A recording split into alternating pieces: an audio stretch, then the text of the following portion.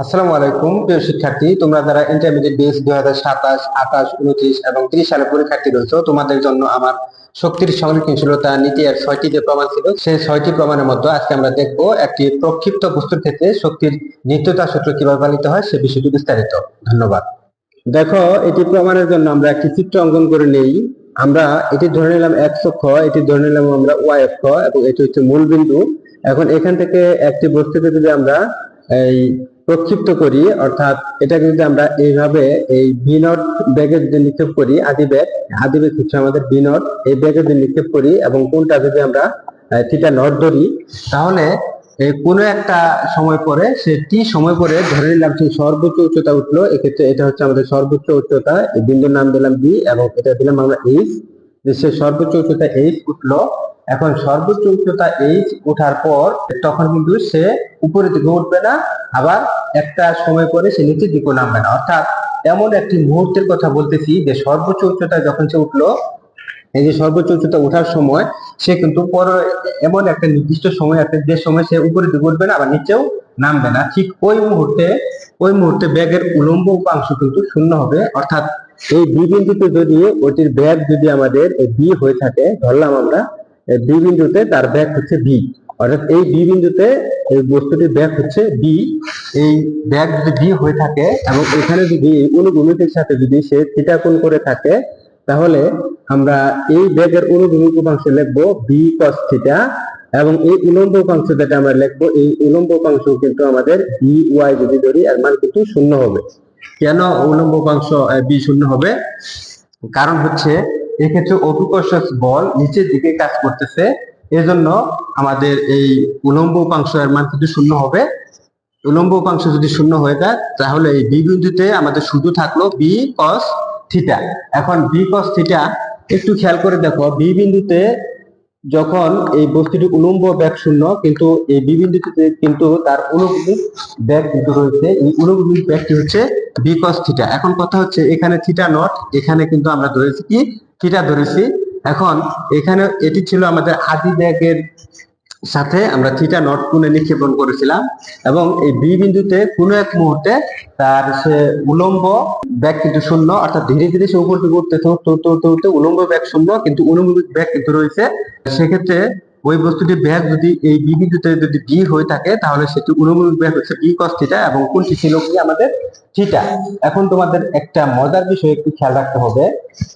এই যে দেখো, বি কস থিটা, আমরা এটাকে বলছি অনুভূমিক উপাংশের মান কিন্তু থাকবে, অনুভূমিক উপাংশের মান কিন্তু শূন্য হবে এই ব্যাগের।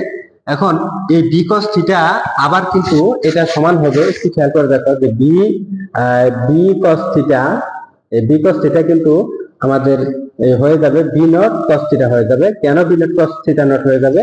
এটা হয়ে যাবে যে v cos theta v naught cos theta হবে। এখন কেন এরকমটা হবে দেখো, এই বি কস থিটা এটা হচ্ছে ব্যাগের অনুভূমিক উপাংশ, এখানে কিন্তু মোট ব্যাগ হচ্ছে আমাদের বি কস থিটা, কারণ উলম্ব উপাংশের মান কিন্তু শূন্য। এখন এটি সমান এই জন্য হবে কারণ হচ্ছে অনুভূমিক বরাবর কিন্তু কোনো অভিকর্ষজ বল কাজ করে না।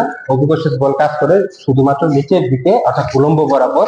এই অনুভূমিক বরাবর যেহেতু কোনো বল যেহেতু কাজ করে না, অভিকর্ষজ বল কাজ করে না, কোনো প্রকার বল যদি কাজ না করে, যদি বায়ুর বাধাকে আমরা উপেক্ষা করি, যদি মনে করি যে বায়ুর কোনো বাধা নেই, যদি এরকম উপেক্ষা করা হয়, তাহলে অনুভূমিক বরাবর কোনো বল যেহেতু কাজ করে না, এই জন্য অনুভূমিক বরাবর অনুভূমিক বেগের উপাংশের কোনো পরিবর্তন হয় না। এই জন্য দেখো, এই যে প্রথমে যে ব্যক্তি ছিল আমাদের বি নট, এই বেগের কিন্তু দুটি উপাংশ রয়েছে। একটি হচ্ছে এদিক বরাবর, সেটি ছিল আমাদের বি নট কস থিটা, অনুভূমিক উপাংশ v naught cos theta naught, এবং এই যে উলম্ব বরাবর, এই বেগের উলম্ব বরাবর উপাংশ ছিল আমাদের v naught sine theta naught. অর্থাৎ এই ক্ষেত্রে এই বেগের অনুভূমিক উপাংশ হচ্ছে v naught cos theta naught. এই অনুভূমিক উপাংশের কোনো পরিবর্তন হবে না। কেন? অভিকর্ষজ বল কিন্তু নিচের দিকে কাজ করে, অনুভূমিক বরাবর অভিকর্ষজ বল কাজ করে না। যেহেতু অন্য কোনো বল নেই, এজন্য আমাদের এই অন্য কোনো বল না থাকার জন্য এই অনুভূমিক উপাংশের কোনো পরিবর্তন হবে না। কারণ তোমরা জানো যে বিজ্ঞানী নিউটন স্যারের গতির দ্বিতীয় সূত্র মতে কোনো বস্তুর উপর যদি বল প্রযুক্ত না হয়, অর্থাৎ F সমান ma, বল যদি প্রযুক্ত না হয়, তাহলে কিন্তু বস্তুটির ত্বরণের মান কিন্তু শূন্য হয়। আর ত্বরণ যদি শূন্য থেকে থাকে, তাহলে ত্বরণ যদি শূন্য হয়, তাহলে বস্তুটি যে বেগ ছিল অর্থাৎ ওই বেগেই কিন্তু সে চলতে থাকবে। যেহেতু শুরুতে আমাদের অনুভূমিক বরাবর ব্যাগ ছিল বি নট কস থিটা, এইখানে কিন্তু অনুভূমিক উপাংশ আমাদের বি কস থিটা হলেও সেটির মান কিন্তু হবে আমাদের বি নট কস থিটা এর সমান। এই জন্য আমরা লিখবো যে বি কস থিটা সমান বি নট কস থিটা। আশা করি এতটুকু তোমরা বুঝতে পেরেছো। এখন ধরো এই চিত্রের মধ্যে এই বিন্দুটিকে আমরা যদি ও বিন্দু না ধরে যদি আমরা এই বিন্দুকে যদি এ বিন্দু ধরি, এটাকে যদি বি ধরি, এটাকে যদি আমরা সি বিন্দু ধরি, তাহলে একটু খেয়াল করে দেখো যে এই বিন্দুতে আমরা মোট শক্তিটা হিসাব করব। এই বিন্দুতে কিন্তু এটি হচ্ছে নিক্ষেপণ বিন্দু, এখানে কিন্তু কোনো উচ্চতা নেই। এই বিন্দুটি যেহেতু উচ্চতা নেই, এই জন্য এই বিন্দুতে কোনো বিভব শক্তি থাকবে না। আমরা যদি দেখি যে এতে কিন্তু কোনো বিভব শক্তি কিন্তু থাকবে না উচ্চতা না থাকার কারণে। আবার এতে যদি আমরা দেখি এতে কিন্তু গতিশক্তি থাকবে। এতে গতিশক্তি সমান আমরা জানি হাফ এম বি স্কোয়ার অর্থাৎ বি নট স্কোয়ার। এটা কিন্তু হবে half m v naught square. এটা কিন্তু হচ্ছে আমাদের এই বিন্দুতে এই গতিশক্তি। এখন এই বিন্দুতে মোট শক্তি যদি আমরা হিসাব করি, তাহলে এই বিন্দুতে আমরা মোট শক্তিটা আমরা যেটা পাবো, আমরা এই বিন্দুতে মোট শক্তি পাবো এই বিভব শক্তি প্লাস হচ্ছে গতিশক্তি অর্থাৎ half m v naught square. সেক্ষেত্রে আমরা পাচ্ছি half m v naught square. এটি কিন্তু আমরা পাচ্ছি এই বিন্দুতে মোট শক্তি। এখন এই যে এই বিন্দুতে আমরা মোট শক্তি যেটা পেয়েছি, এই বিন্দুতে মোট শক্তি আমরা যেটা পেয়েছি, ঠিক একই ভাবে কিন্তু আমরা এই বি বিন্দুর ক্ষেত্রেও কিন্তু আমাদের এই সেম কিন্তু এই হাফ এম বি স্কোয়ার সমান এটা আমাদের পেতে হবে। এখন একটু খেয়াল করে দেখো এই বি বিন্দুর ক্ষেত্রে কিন্তু উচ্চতা রয়েছে কিন্তু এইচ। যেহেতু বি বিন্দুতে উচ্চতা এইচ রয়েছে, এই জন্য কিন্তু বি বিন্দুতে বস্তুটির কি রয়েছে, বস্তুটির কিন্তু বিভব শক্তি রয়েছে। বি বিন্দুতে বস্তুটির বিভব শক্তি রয়েছে। আবার একই সাথে কিন্তু বি বিন্দুতে বস্তুটি কিন্তু গতিশক্তি রয়েছে, কেননা সেখানে বেগের কিন্তু উলম্ব উপাংশ না থাকলেও কিন্তু অনুভূমিক উপাংশ রয়েছে। এই জন্য বি বিন্দুতে বস্তুটি দুটি বেগে কিন্তু থাকবে। এখন দেখো বি বিন্দুতে আমরা বস্তুটির বিভব শক্তি ও গতিশক্তি বের করে তারপর যোগ করে দেখবো সেটি সমান হয় কিনা।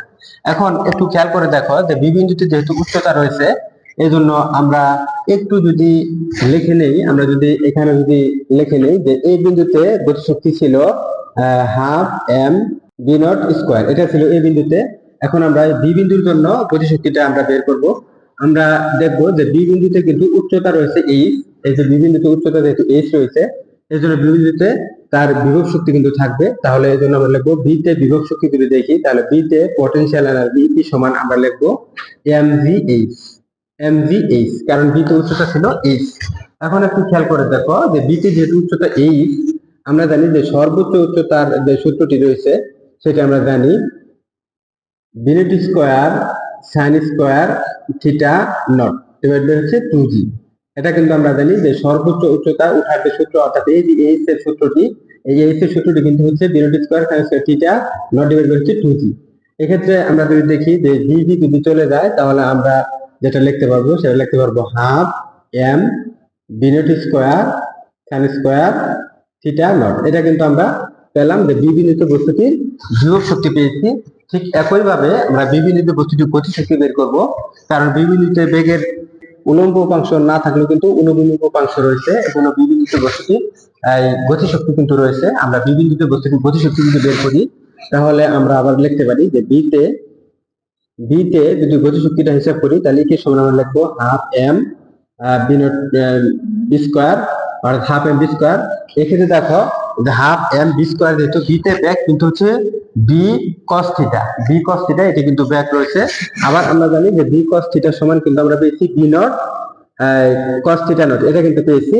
এই জন্য আমরা এই বি এর জায়গায় আমরা এটা বসাতে পারবো v naught cos theta naught square.